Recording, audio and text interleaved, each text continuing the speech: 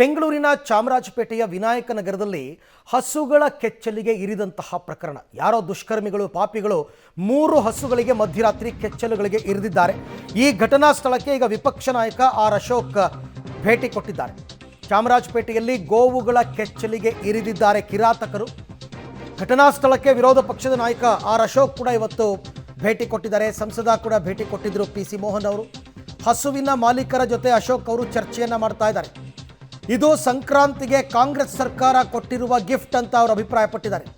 ಇದು ಜಿಹಾದಿ ಮನಸ್ಥಿತಿ 100% ನಿಜ. ಕ್ರೂರತ್ವ, ರಾಕ್ಷಸಿ ಕೃತ್ಯ. ಹಸುವಿನ ಮಾಲೀಕ ಬಂದು RSS ಕಾರ್ಯಕರ್ತ.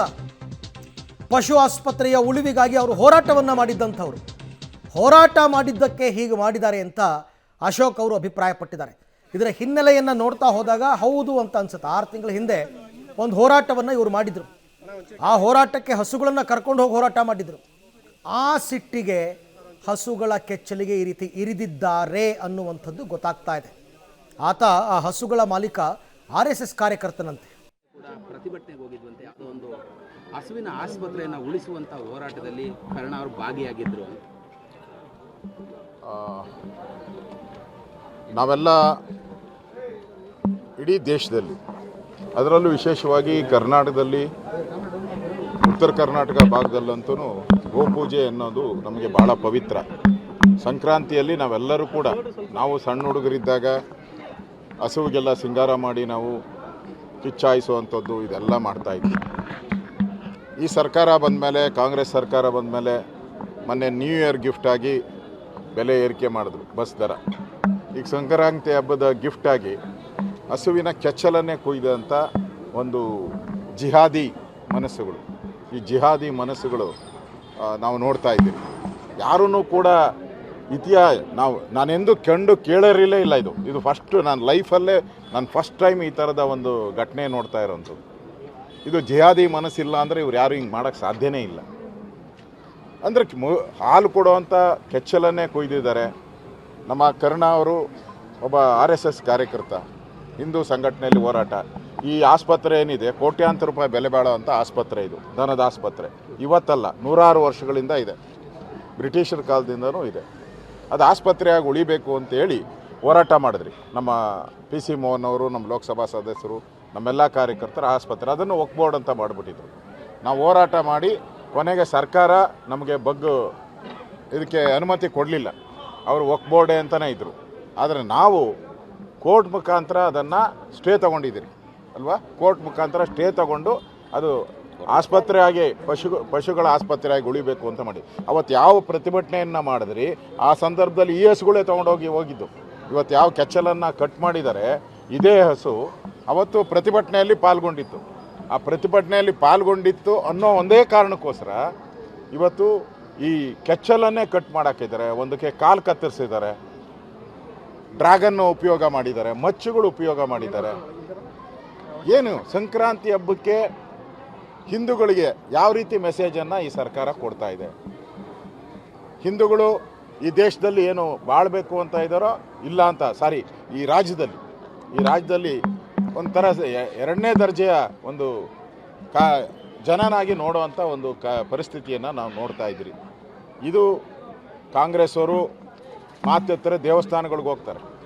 ಏನು ದೇವಸ್ಥಾನಗಳಿಗೆ ಹೋಗಿದ್ದೆ ಹೋಮ ಮಾಡಿದ್ದು ಅದೆಲ್ಲ ನಾಟಕ. ಪರಿಶೀಲನೆಯನ್ನು ಕೂಡ ನಡೆಸಿದ್ರಿ ಸರ್. ಘಟನಾ ಸ್ಥಳಕ್ಕೆ ಭೇಟಿ ಕೊಟ್ಟು ಪರಿಶೀಲನೆ ನಡೆಸಿದ್ರಿ, ಏನು ಹೇಳ್ತೀರಿ? ಇದೊಂದು ಕಂಡು ಅರಿಯಲಾರದ ಘಟನೆ. ಇಡೀ ಕರ್ನಾಟಕದ ಎಲ್ಲ ಹಿಂದೂಗಳು ಇದರ ವಿರುದ್ಧ ಪ್ರತಿಭಟನೆಯನ್ನು ಮಾಡಬೇಕು. ಸಂಕ್ರಾಂತಿ ಹಬ್ಬ ಹಿಂದೂಗಳಿಗೆ ಭಾಳ ಪವಿತ್ರ. ಗೋವುಗಳನ್ನು ಪೂಜೆ ಮಾಡಿ, ಗೋವುಗಳನ್ನು ಮನೆ ಒಳಗಡೆ ಕರ್ಕೊಂಬಂದು ಆರತಿ ಬೆಳಗಿ, ಗೋವುಗಳಿಗೆ ಅನ್ನ ಏನೇನು ಎಡೆಗಳನ್ನು ಇಡ್ತೀರಿ ಅದೆಲ್ಲ ಕೊಟ್ಟು ಪೂಜೆ ಮಾಡುವಂಥ ಪವಿತ್ರ ದಿನ. ಇಂಥ ಒಂದು ಹಬ್ಬದ ಸಂದರ್ಭದಲ್ಲಿ ಗೋವಿನ ಕೆಚ್ಚಲನ್ನು ಕೊಯ್ದು ಜಿಹಾದಿಗಳ ಮನಸ್ಸಿಂದ ಇಷ್ಟೆಲ್ಲ ಮಾಡಿದ್ದಾರೆ ಅಂದರೆ ಈ ಕಾಂಗ್ರೆಸ್ ಅವರು ದೇವಸ್ಥಾನಗಳಿಗೆ ಹೋಗ್ತಾರೆ. ನಾಚಿಕೆ ಆಗಬೇಕು ಕಾಂಗ್ರೆಸ್ ಅವ್ರಿಗೆ. ಯಾಕೆ ಹೋಗ್ತಾರೆ ದೇವಸ್ಥಾನಗಳಿಗೆ? ಇಷ್ಟೆಲ್ಲ ಬೆಳವಣಿಗೆ ಆಗಿದೆ, ಸ್ಥಳೀಯ ಶಾಸಕರು ಸ್ಥಳಕ್ಕೆ ಬಂದಿಲ್ಲ ಅನ್ನುವಂತಹ ಸ್ಥಳೀಯರ ಆಕ್ರೋಶ ಕೂಡ ಭುಗಿಲೆದ್ದಿದೆ. ಇವರಿಗೂ ಕೂಡ ಬಂದಿಲ್ಲ ಅನ್ನುವಂಥದ್ದು. ಅವರು ಓಟಲ್ಲ, ಇಲ್ಲಿ ಮುಸಲ್ಮಾನರು ಓಟ್ ಬೇಕಲ್ಲ, ಅದಕ್ಕೋಸ್ಕರ ಅವರು ಬರಲ್ಲ. ಭಾಷಣದಲ್ಲಿ ಮಾತ್ರ ನಾವೆಲ್ಲ ಒಂದೇ ಅಂತಾರೆ.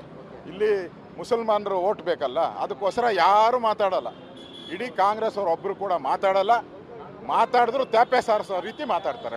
ಈ ಕ್ಷೇತ್ರದ ಈ ಏರಿಯಾದಲ್ಲಿ ಈ ಹಿಂದೆ ಕೂಡ ಸಾಕಷ್ಟು ಪ್ರಕರಣಗಳಾಗಿದ್ದಾವೆ. ಹೆಣ್ಮಕ್ಕಳನ್ನ ಹೆದರಿಸುವಂಥದ್ದು, ಚುಡಾಯಿಸುವಂಥದ್ದು, CCTVಗಳನ್ನು ಹೊಡೆದಾಕಿದ್ದಾರೆ. ಹಾಗಿದ್ರೂ ಕೂಡ ಇವ್ರಿಗೆ ಪೊಲೀಸರ ಭಯನೇ ಇಲ್ಲ ಅಂತ ಹೇಳ್ತಿದ್ದಾರೆ. ಪೊಲೀಸರು ಒಳಗೆ ಬರೋಕ್ಕೆ ಬಿಡಲ್ಲ. ಪೊಲೀಸರು ಬಂದರೆ ಪೊಲೀಸರಿಗೂ ಉಳಿಗಾಲ ಇಲ್ಲ ಪೊಲಿಟಿಕಲ್ ಪ್ರೆಷರ್ ತಂದು ಎತ್ತಂಗಡಿ ಮಾಡಿಸ್ತಾರೆ ಅವ್ರನ್ನ, ಇಲ್ಲ ಪೊಲೀಸರ ಮೇಲೇ ಹಲ್ಲೆ ಮಾಡ್ತಾರೆ, ಪೊಲೀಸ್ ಸ್ಟೇಷನ್ ಮೇಲೆ ನುಗ್ಗುತ್ತಾರೆ. ಆ ಭಯದಿಂದ ಯಾರು ಹೋಗೋದೇ ಇಲ್ಲ.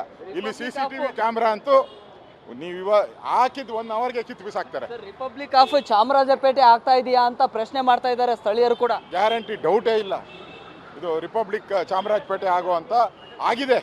ಇಲ್ಲಿ ನೋಡ್ತಾ ಇದ್ರೆ ಇಲ್ಲಿ ಭಯದಿಂದ ಬರಬೇಕು.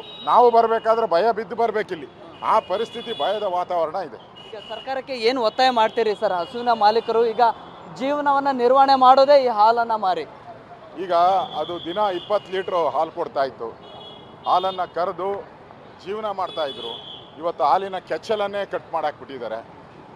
ಈ ಸಂದರ್ಭದಲ್ಲಿ ಈ ಸರ್ಕಾರ ಬದುಕಿದ್ರೆ, ಸರ್ಕಾರ ಸತ್ತಿಲ್ಲ ಅಂದರೆ ಕೂಡಲೇ ಇದಕ್ಕೆ ಪರಿಹಾರವನ್ನು ಕೊಡಬೇಕು ಮತ್ತು ಆ ಗೋವುಗಳಿಗೆ ಸೂಕ್ತ ಚಿಕಿತ್ಸೆಯನ್ನು ನೀಡಬೇಕು. ಆ ಗೋವುಗಳ ರಕ್ಷಣೆ ಮಾಡಬೇಕು. ಒಂದು ಗೋವು ಮರಣ ಸಂಭವಿಸುವಂಥ ಸಂದರ್ಭ ಇದೆ, ಬ್ಲೀಡಿಂಗ್ ಔಟ್ ಇದೆ ಭಾಳ, ಅದನ್ನು ಉಳಿಸುವಂಥ